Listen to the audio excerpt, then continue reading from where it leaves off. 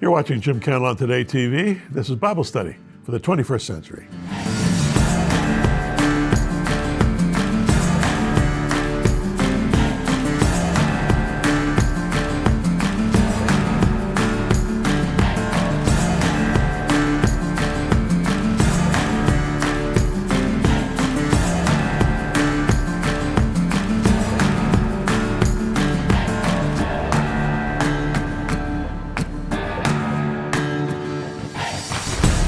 Hello friends, Jim Cantelon here.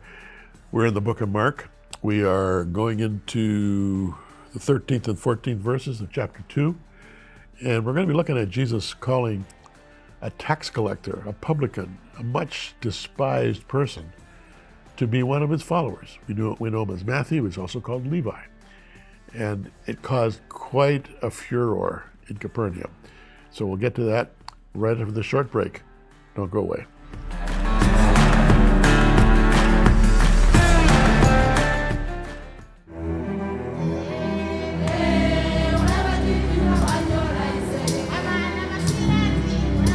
Working for orphans and widows, known as WOW, has been compassionately caring for what Jesus called the least of these for 25 years in sub-Saharan Africa.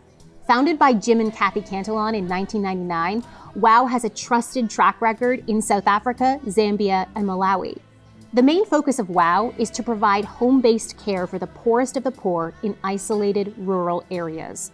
WOW's ministry is comprehensive, engaging children, youth, young adults, widows, and pastors in providing relief for bed sores, oral thrush, skin cancers, hygienic afflictions, and tuberculosis, to twice-weekly visits for monitoring and evaluation. All this is faithfully ministered in Jesus' name. Those who die do so with dignity and always in the Lord.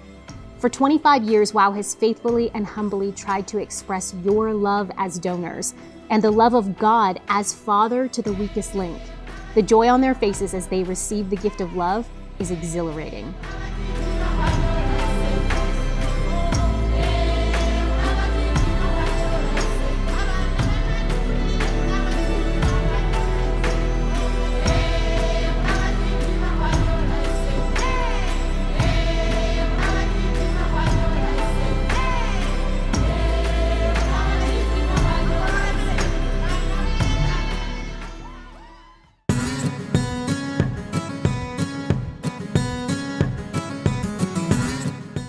So last program, we were looking at that passage where Jesus heals a young man who is let down through the roof of Peter's house in Capernaum.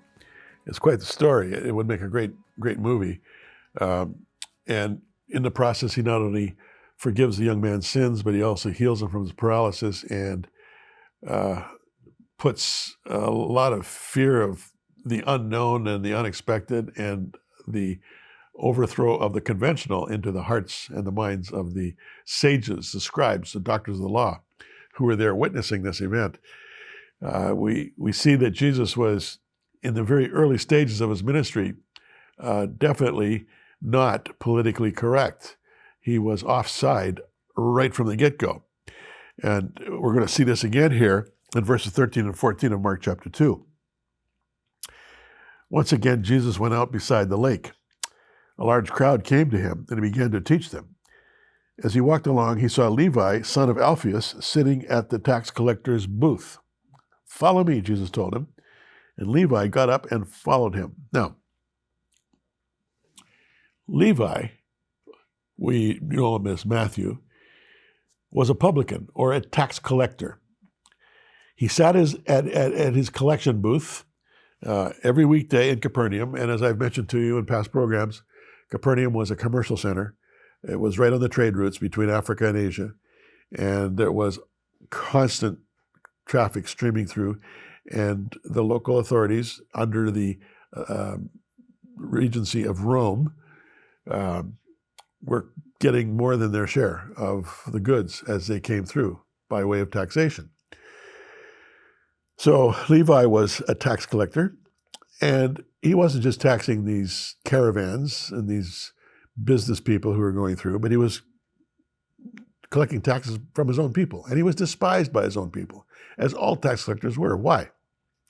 Because publicans, tax collectors, were fellow Jews who worked for the Romans, the occupying Gentile military. And these occupiers would offer the various provinces and regions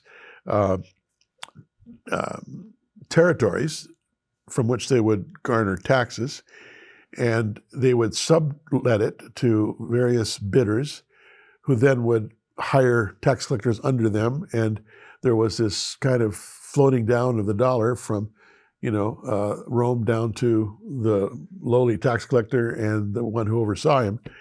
And the winner of these contracts, as I say, would employ fellow citizens in the assessment and collection of these taxes.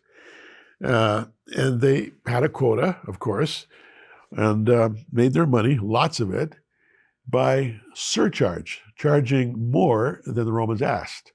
The Romans, of course, expected that. So if the Roman officials, for instance, wanted 100 shekels per person, the contractor would demand 150. And then his subcontractors, the publicans, would then demand and extract 175 from the helpless taxpayer on penalty of imprisonment if they didn't pay. So in this way, these publicans became very wealthy. And there was nothing the victimized taxpayer could do except vilify and socially isolate this nasty fellow.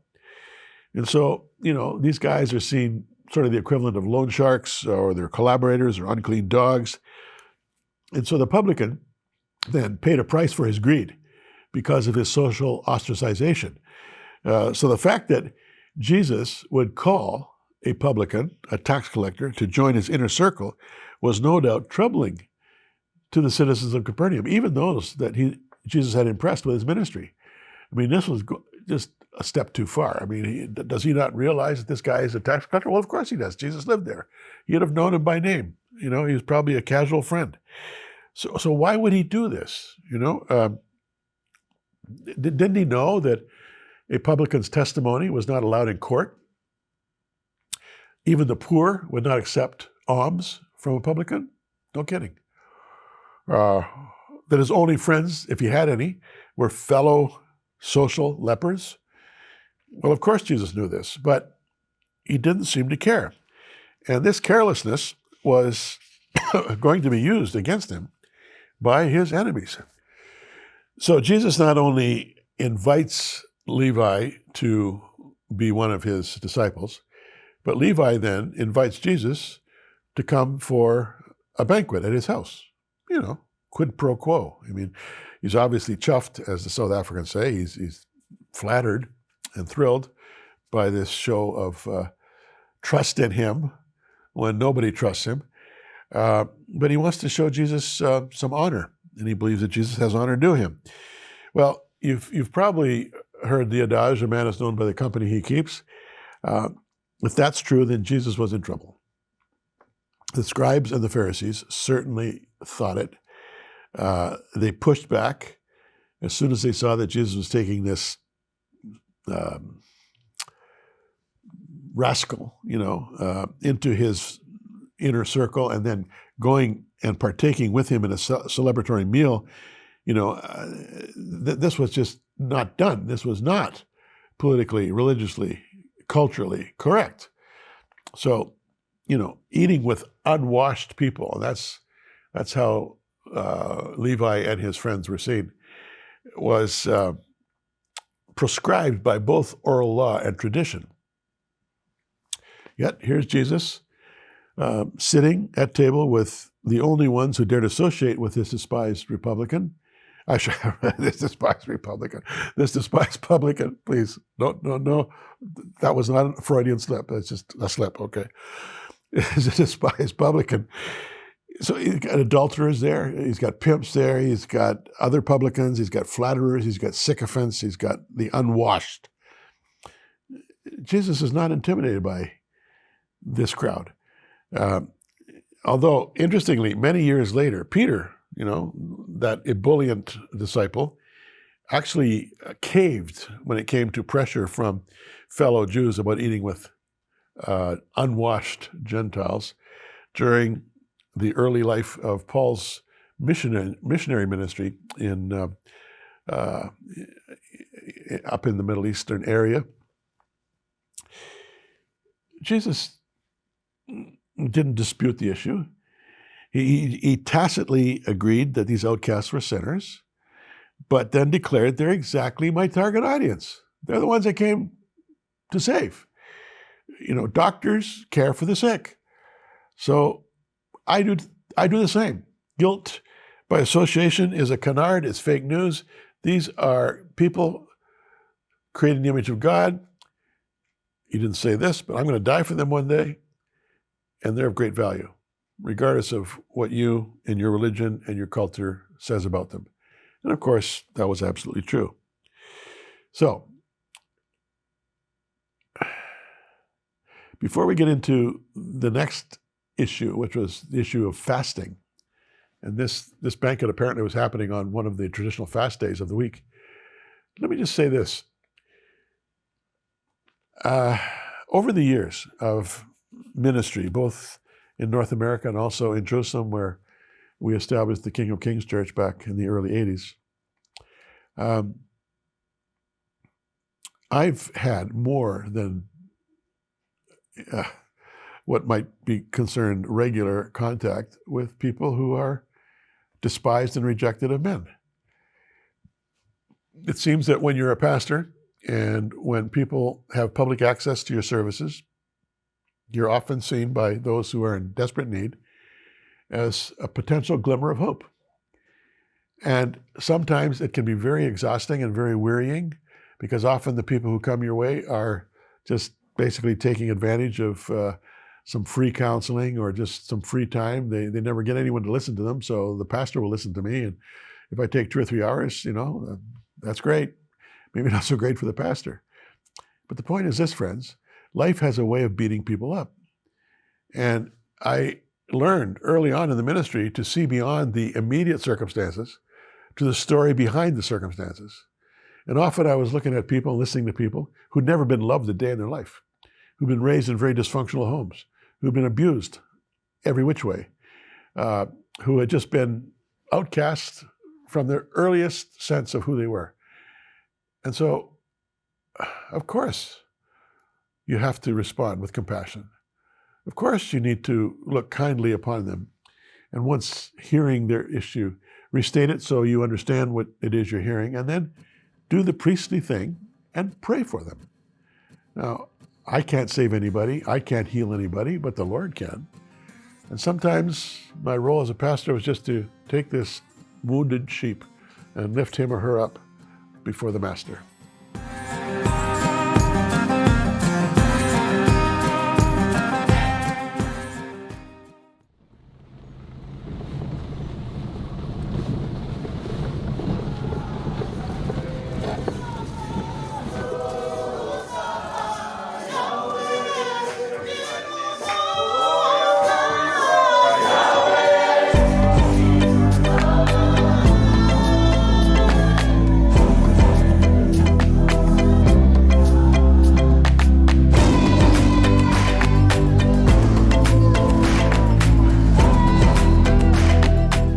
I'm here with Teresa Melila at the Home of Mercy, which is an entire compound now that is a real miraculous transformation from what it used to be. And we're in front of a brand new building, Teresa, that has just recently been built. Yeah. Tell us a bit about this. This building is the main hall, and during the cold season, we had nowhere to meet. So this is now the hall that we meet in during the cold season, but also it's a dining room. It has a kitchen, and this is the serving area you see here. It opens up. So we've had training here, quite a bit of training for counselors, for the students in the Berean, the Bible study groups, but also people who come in home-based care. We did the training here for home-based care too. So people come in here and they can learn in here, but they can also sleep in here. Because it's a sleeping facility. At night, they can use the facility to sleep. It's got a kitchen, it's got a stores, and this is a serving area. But it's very airy, as you can see. It's got a lot of windows. So even in the hot season, we can still sit in there.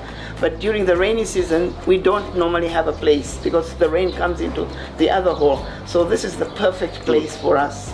And even the children, when they come, the survivors, this is where we sit with Yeah, them. you mentioned the survivors. It's Yeah. called the Home of Mercy for a reason. Yeah. We can maybe talk more about that in another segment, but you do have a number of little girls and young women who've been rescued from sexual Yeah, abuse. about 66 right now. So they're right adjacent to this building. Yeah. And they have access for feeding and all the other things you're Yeah. talking about. And we meet every Friday with them in the afternoons. Since they've started school, now we're going to be meeting on Saturday. Terrific. Yeah, Thanks, Teresa. you're welcome.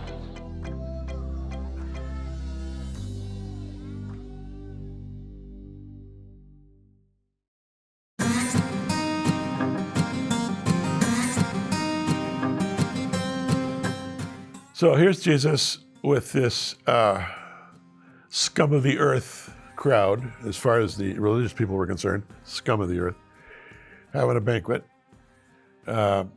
Levi is the host, and it's in a very nice house because he was a very wealthy guy, because he was a despised tax collector, but he got lots of money. And the scribes and the Pharisees, they're aware of it. They're probably gathered outside. Maybe they were eating outside. I don't know. But they are quick to find fault. Let's read the passage here in verse 18 of chapter 2 of Mark. Now, John's disciples and the Pharisees were fasting. Some people came and asked Jesus, "How is it that John's disciples and the disciples of the Pharisees are fasting, yours are not?" Jesus answered, "How can the guests of the bridegroom fast while he's with them? They cannot, so long as they have him with them. But the time will come, the bridegroom will be taken from them, and on that day they'll fast. No one sews a patch of unshrunk cloth on an old garment. Otherwise, the new piece will pull away from the old, making the tear worse. And no one pours new wine into old wineskins. Otherwise, the wine will burst the skins, and both the wine and the wineskins will be ruined. No, they pour new wine into new wineskins." Now, Mark doesn't tell us who these clever people were who came up with this next objection to Jesus' irreverent style. He just simply says, "some people." Their question put Jesus between a rock and a hard place. Or so they thought, by asking why Jesus' disciples were not like his cousin John's disciples, to say nothing of tradition and the Pharisees and their disciples in the practice of fasting. Now, surely Jesus would feel the need to conform to John the Baptist's customs, at least, but no. As was his wont, Jesus took it to a higher plane. Now, interestingly, the fasting referred to here was not the scripturally mandated fast on the Day of Atonement each year, but it was something that was a weekly event. The Pharisaic tradition had evolved where the pious fasted on Tuesdays and Thursdays each week. I mean, that's really something. Tuesday and Thursday, no food, no water. And John's disciples, Jesus' cousin, John, his disciples, had obviously adopted this practice. You don't want to fit into the culture. Jesus had not. So, the juxtaposition of Levi's feast and the required fast, we don't know if it's a Tuesday or a Thursday, made Jesus' disciples' indulgence at the table all the more apparent. But Jesus' answer to the self-righteous critics was, "Who fasts at a wedding? We're celebrating here." And Jesus obviously sees this event as something that the others don't see it as. He knew why he had come. And even though he was very careful to, allow anyone to prematurely declare him Messiah, he knew that he was Messiah, and he knew that he had a messianic mandate. He knew that he was not only introducing the kingdom of heaven, but he was the personification of the kingdom of heaven. And in that sense, he was the bridegroom. And this table in Levi's house symbolized the table, at the Feast of the Lamb that will occur on the day of the Lord. I mean, what a day that'll be. So, Jesus is seeing this on a totally higher plane than the rest of them are seeing it. But then he goes on and employs a metaphor about new and old wineskins. New wine tears and bursts old wineskins. Why? Because the old wineskin has already swelled by the wine that was in it originally. As it fermented, the gas emitted, swells the skin bag, the wine skin. And so once you've emptied it, if you put new wine into it, it's already expanded as far as it will expand. And so like a balloon that you blow up too much air, it suddenly explodes, the wineskin would explode. So what you have to do with new wine is put it in a new wineskin so that they can ferment together. New wineskins stretch and flex. Old wineskins can't take the pressure. Little wonder the Pharisees were exploding, because what was Jesus doing with this metaphor? He was saying, look, I represent new wine. Your culture is an old wineskin. It's not going to be able to hold this new wine. So until you realize that and embrace the new wineskin, be ready for the explosion, because it's coming. Good point. And it's interesting to just apply this metaphor, to our lives. Time and again, as a pastor, I've heard people bear witness to the impact of the kingdom of heaven on their lives. And, people come from every kind of background. And when you have a public service, you get every kind of background.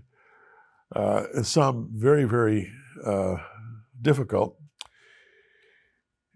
I remember one family, especially back when I was pastoring in a city in Northern Ontario. I started a radio show. It was called Challenge. It was an open line program for teenagers. And they would call in and talk to me about everything from sex to politics. And I would deal with it, not in a talking down, overbearing preacher kind of way, but just one-on-one, person to person. And it was very, very popular. It was a top-rated radio show in all of Northern Canada during those years. But one day in my office, I get this phone call. This female voice, very, very quiet, obviously very shy and very hesitant. Pastor Jim, my husband listens to you every Sunday night at the 3,000-foot level in the mine. So he's 3,000 feet down, having lunch when I'm on the program at 10:30, 11 o'clock at night. And we need to talk to you. Would you be open to that? And I said, absolutely. How about tomorrow? She couldn't believe it. Okay. Well, the next day I met this couple, and then over the next few days I met their family. I'm not sure I've seen a more dysfunctional family in my life. I mean, everything that could go wrong was wrong. Everything from, sexual unfaithfulness to abuse, to physical affliction. One of their sons had a disease of the bones that just the slightest jar and the bone would break. Their mother-in-law was living with them. She was a constant smoker and had emphysema at the same time. So she's smoking and coughing and hacking all the time. Neighbors are fighting with them because they lived in an area where there were all kinds of troubles. And it was just disaster on disaster. Anyway, I listened and I prayed with them. And I recognized that nobody comes except the Father draws him, right?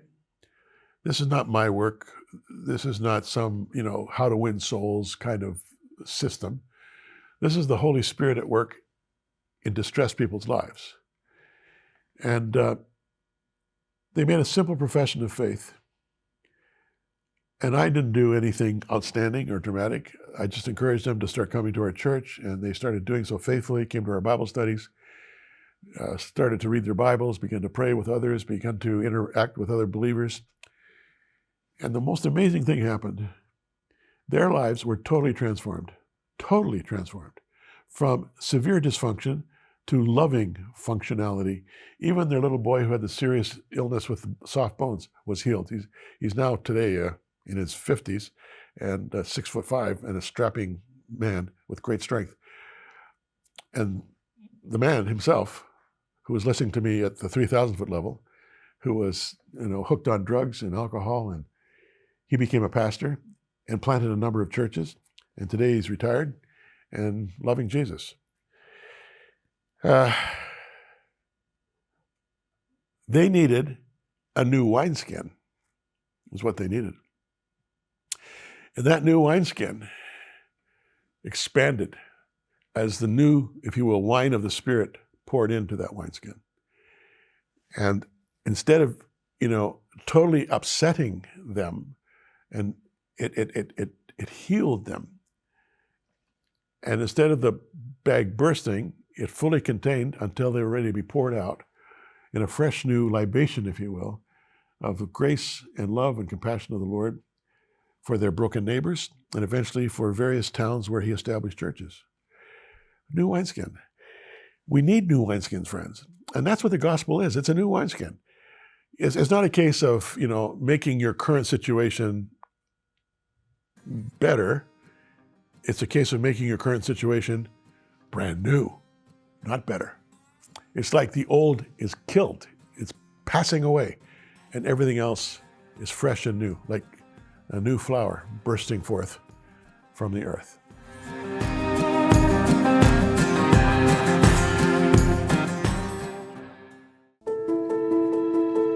Working for Orphans and Widows has been caring for orphans and widows in Africa for over 20 years. Key to its vision is partnership with local champions who engage hundreds of church-based volunteers in home-based care for the sick and the dying in their own humble homes. They are defenseless and afflicted. They are the least of these that Jesus would have us love and care for. For over 22 years, Jim and Kathy Cantelon have engaged with community-based champions and church volunteers in the care for those whom Jim calls society's weakest link. Everything from home-based palliative care to the rescue and protection of young women and girls who are victims of abuse is done in the name of Jesus and is overseen by local partner champions and an army of church-based volunteers. WOW has a proven track record. Check it out on wowmission.com.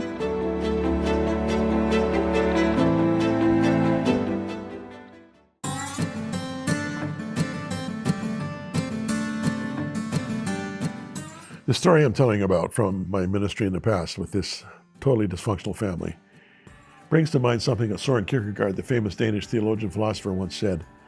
He said, "Where there's no transformation, there's no Christianity."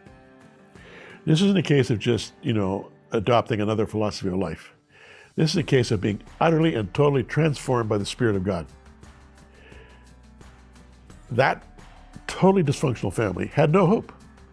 And when I looked at it in the natural, I could easily have walked away saying, these people are beyond the beyond. But the Lord was calling them to himself.